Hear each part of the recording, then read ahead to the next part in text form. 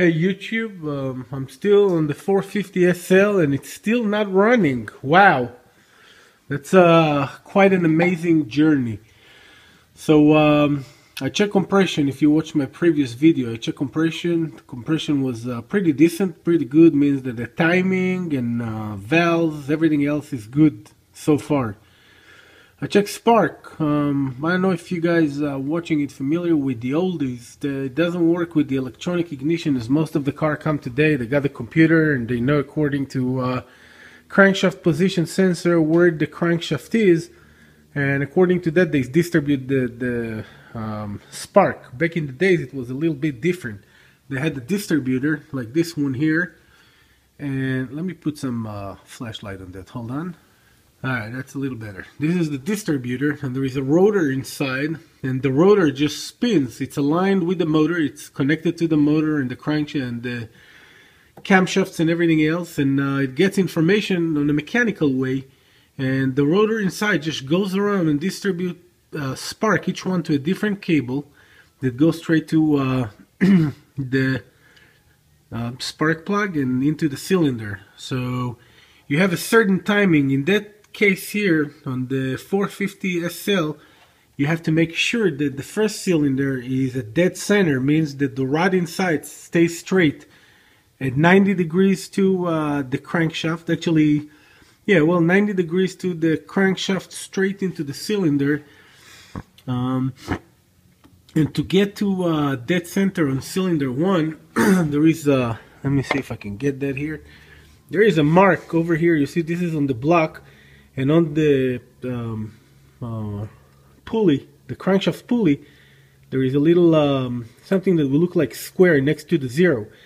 Now, the cylinder can be twice at dead center. Once on the compression and the second time on the combustion. So when the cylinder goes all the way up to compress the fuel and the air together before the ignition, it can be at dead center, and then when it gets the spark, it burns down the fuel, it goes down, goes back up, and start to suck fuel again. So you got to make sure that when you do the timing, you can have the rotor twice at dead center, giving the spark to the cylinder. I know it sounds very confusing, but if you work on this car, it's going to make more sense. So if you just watch the video to try and understand something, it's not going to make a whole lot of sense for you. But if you understand what I'm talking about and you watch this video, then it's going to make sense. The rotor anyway going to have 2 times that it's going to be at cylinder 1 at the same time, but only one of them actually going to create the ignition. So after I checked compression and I checked the spark plugs and everything, I saw that everything is good and it still didn't start. And I was wondering what can make the car not start. Turned out that when I opened the injectors themselves, before I thought that I'm getting fuel, but it turned out that probably the fuel I had before came only from maybe leftovers fuel or something, but there wasn't really fuel inside. Hold on, let me tell my little Chihuahua, not a Chihuahua, my little Yorkie, that I'm in the middle of filming a movie, and you can't go crazy when I'm filming a movie. Alright, look at your eyes. Wow, you look like a robot. Alright, so I'm filming and you're going to have to be silent. Go back inside. Go. Go. Alright. So back to the distributor. I checked the distributor. I had spark. I had the right timing. And then I opened the fuel distributor, which the job of the fuel distributor is to push the fuel into the injectors. It's kind of like almost like a carburetor, a hybrid between a carburetor and a fuel injector. What? Roof, roof. Alright, that's enough. Alright, let me get her in and I'll be back in a second. Hang on. Alright, we'll see how that goes. Let me see if I still have the light. Yep, the light is still here.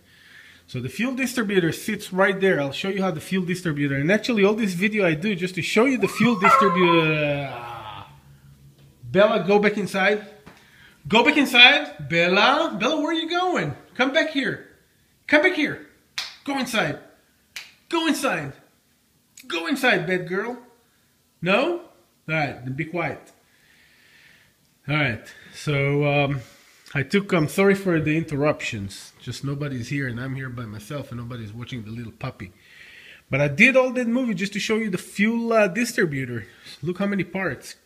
Got a mighty how I'm going to put it back together. This is the fuel distributor.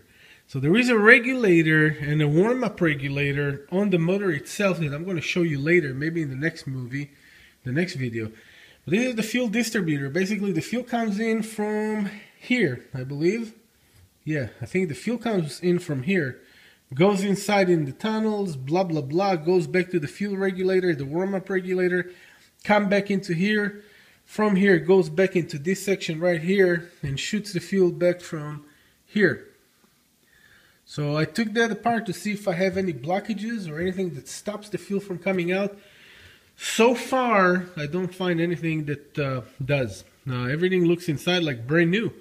Actually, it looks better than the 2013 parts that I've seen, which is surprising.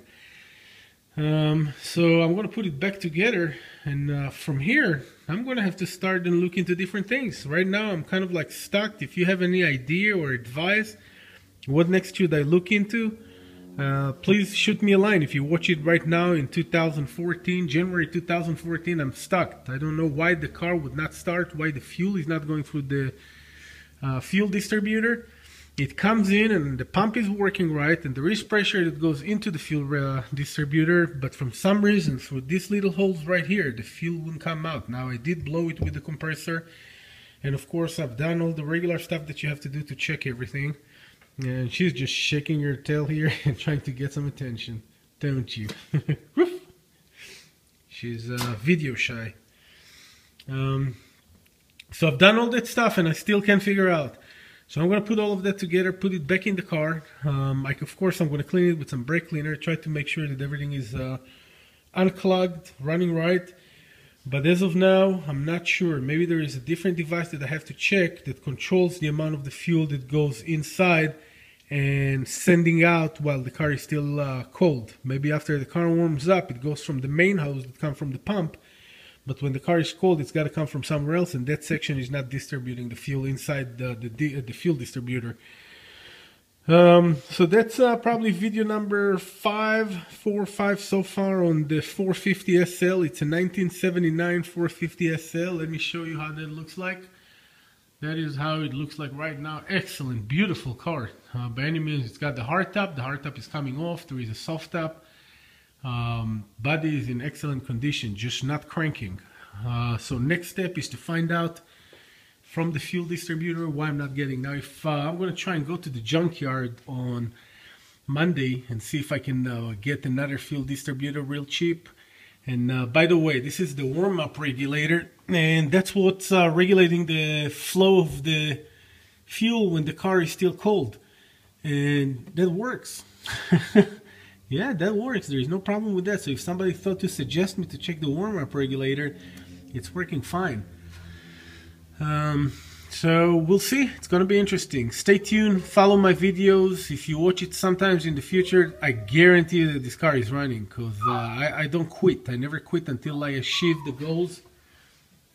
What? Look at your eyes. Oh my God. What? What is it? What is scaring you? The light? Alright, I'm going to let you go because I'm going to have to take care of this little puppy here. Stay tuned for the next videos. Thanks for subscribing. Thanks for watching my videos. Bye.